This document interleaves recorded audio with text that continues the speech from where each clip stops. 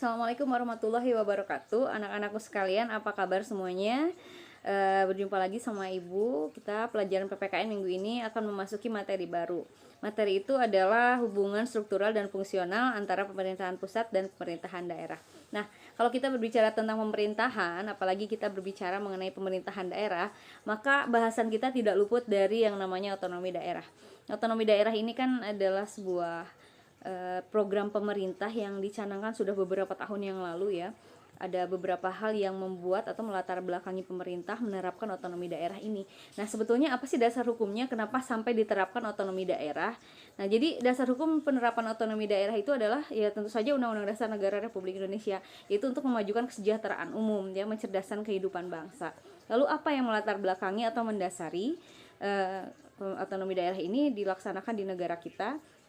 Tentu saja karena melihat sebuah karakteristik masyarakat Indonesia yang begitu majemuk, yang berbeda di setiap daerah. Kita ini kan terdiri dari beberapa pulau, beberapa daerah yang terpisahkan oleh lautan. Sehingga secara karakteristik, secara kebutuhan itu pasti berbeda setiap daerah. Nggak bisa ditangani secara sama oleh pemerintahan pusat. Nah, akhirnya diterapkanlah otonomi daerah. Ini ada penyerahan kewenangan ya, tentang bagaimana kebutuhan setiap daerah dikelola oleh pemerintahan daerahnya masing-masing. Nah, ada istilah-istilah dalam otonomi daerah yang harus kalian ketahui di sini, yaitu ada istilah desentralisasi. Tapi pahami dulu ya bahwa yang mendasari otonomi daerah ini adalah bagaimana kebutuhan setiap daerah berbeda sesuai dengan karakteristiknya. Sehingga yang paling tahu bagaimana mengelola sebuah daerah yaitu pemerintahan daerahnya sendiri gitu. Nah, itu ya, itu yang mendasarinya. Kemudian yang Ibu bilang tadi ada istilah desentralisasi. Apa sih itu desentralisasi? Desentralisasi ini adalah penyerahan kewenangan dari pemerintahan pusat kepada pemerintahan daerah.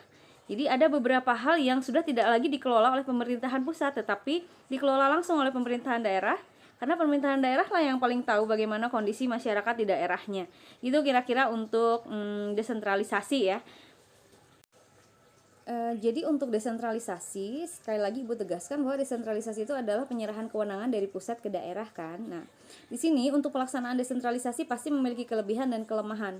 Nah, kita akan bahas ini juga. Jadi apa sih kelebihannya? Kelebihannya udah jelas tadi. Jadi kebutuhan setiap warga masyarakat itu dikelola oleh daerahnya sendiri sehingga lebih tahu gitu, lebih ngena ke karakteristik masyarakatnya. Apalagi sih kelebihannya bisa meringankan beban pemerintahan pusat.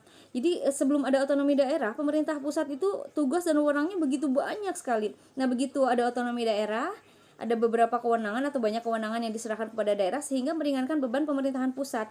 Itu salah satunya dari kelebihan pemerintahan daerah. Kelebihan lain ini adalah memberikan kesempatan kepada masyarakat setempat dalam penyelenggaraan pemerintahan. Jadi diupayakan bahwa yang menjadi pemerintahan daerah itu adalah masyarakat setempat yang mengerti bagaimana membudayakan budaya kearifan lokalnya, yang mengerti bagaimana memenuhi kebutuhan masyarakatnya gitu. Nah, kelebihan lain adalah ini bisa langsung melibatkan masyarakat dalam melakukan kontrol terhadap tindakan-tindakan yang dilakukan oleh pemerintahan daerah. Itu kelebihan juga gitu ya. Jadi masyarakat ikut mengontrol karena lebih dekat gitu. Kan nggak jauh ke pusat. Kalau ke pusat berarti ke ibu kota. Kalau dari Bandung sih ke Jakarta cukup dekat ya untuk memantau. Tapi bagaimana dengan yang di Papua? Nah, kalau dengan otonomi daerah, artinya pemerintah menyelenggarakannya di daerah masing-masing, masyarakat bisa mengontrol dengan baik karena berdekatan gitu jaraknya. Nah, kemudian kelebihan lain adalah pemerintahan daerah ini memudahkan untuk mengambil keputusan gitu. Keputusan itu baik atau tidak tidak menunggu instruksi pemerintahan pusat, tapi betul-betul melihat kondisi yang sebenarnya. Ketika kondisi tersebut harus melakukan sebuah tindakan, maka dilakukanlah tindakan secepatnya gitu, tidak menunggu instruksi pusat dulu, ribet gitu, enggak. Jadi betul-betul banyak kelebihan yang bisa didapatkan dengan adanya desentralisasi atau penerapan otonomi daerah.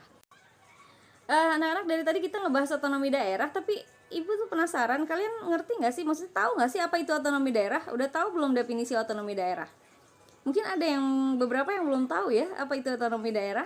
Nah, Ibu akan kasih tahu sekilas tentang otonomi daerah ini. Otonomi daerah ini adalah hak, kewenangan ya dan kewajiban daerah otonom untuk mengatur urusan rumah tangga pemerintahan daerahnya sendiri gitu. Tapi masih di bawah pengawasan dari pemerintahan pusat negara Republik Indonesia gitu. Kurang lebih begitulah untuk otonomi daerah. Lalu bagaimana otonomi daerah ini, ada unsur-unsurnya nggak sih? Ada unsurnya. Unsur-unsur otonomi daerah mencakup 3 unsur ya. Jangan lupa nih ada 3 unsur. Yang pertama adalah kewenangan untuk mengatur pemerintahan dan urusan daerahnya sendiri. Itu yang pertama, unsur dari otonomi daerah.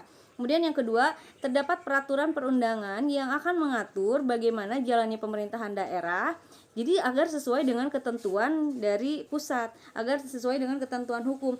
Jangan sampai pelaksanaan otonomi daerah ini yang tadinya berniat baik justru akan menimbulkan raja-raja kecil atau koruptor-koruptor kecil di daerah, sehingga untuk pengaturan pemerintahannya pemerintahan pusat turun tangan. Jadi ada aturannya nih, kalau misalnya melanggar pemerintahan daerah maka akan kena sanksi juga. Itu yang kedua ya. Jadi yang kedua adalah peraturan perundangan yang mengatur bagaimana pemerintahan daerah dilaksanakan. Dan bagaimana unsur yang ketiga? Unsur yang ketiga ini adalah otonomi daerah bukan merupakan suatu pemisahan yang begitu kuat, tapi otonomi daerah ini berada masih di bawah naungan atau pengawasan dari negara Republik Indonesia atau pemerintahan pusat gitu, kurang lebih unsur-unsur. Jadi jangan lupa ya, unsur otonomi daerah itu ada 3 tadi yang sudah Ibu jelaskan. Kalau misalnya kalian lupa, di rewind aja ke belakang lagi gitu, balik lagi ke belakang.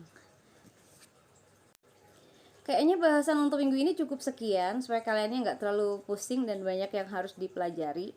Pokoknya kalau tidak puas dengan apa yang Ibu jelaskan di sini, kalian silahkan berliterasi, boleh dicari di Google ya, di internet, atau dicari di buku paket, baca-baca tentang otonomi daerah dan desentralisasi. Oke, cukup sekian. Billahi taufiq wal hidayah. Wassalamualaikum warahmatullahi wabarakatuh.